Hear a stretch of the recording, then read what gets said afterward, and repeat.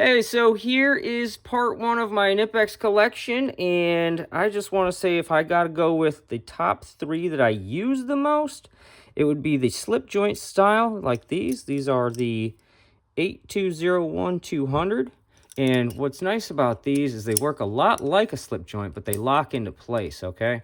And that can be extremely helpful, and they have this hole up here, which is great for grabbing around fasteners. Say you got a bolt head that you want to get around. That's great for that situation right there, and I've used these quite a bit ever since getting them. And they've got a really nice tooth groove situation, which is a little bit offset, kind of like I don't know, a lightning bolt almost, when you got that in there. And this actually works really nice. So I'd say my second most used out of this would probably be these extra slim style Cobras. And so this is part number 8751250. And what's nice about these is the angle of attack is real straight at the top, okay?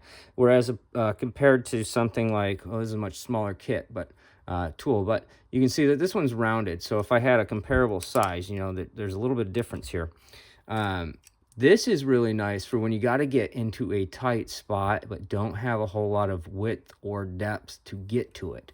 These have come in a lot of handy when I use them for like, most common use is probably hose clamps under the hood, honestly.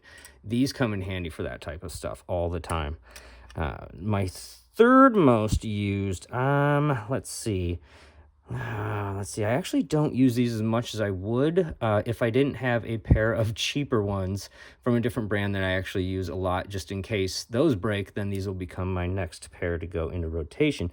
But I'd have to say the third most used is these Raptors, okay? This is an underrated tool from them. This is part number 8741250, and what this does, okay, it's got smooth jaws in there. It's kind of got this parrot beak style design. And it's similar to the Cobra family, where you can lock into place right here. And it is best for when you are trying to get a rounded nut or bolt off. This bites into it in a really weird way and then gives it the leverage against itself. If I go a little smaller on this, I could probably show you. If I put my finger in there and clamp that shut, I can't get my finger out no matter what I do. And that's kind of what it's trying to do to a rounded off nut or bolt. It's like literally pinching into it. So you can see where it's doing that to me. I don't recommend doing that too hard, okay? But these work great for rounded off nuts and bolts. And so that's part one of this video series. And I'll get to part two in just a little bit and check in for which I think the next three most used tools I have here are.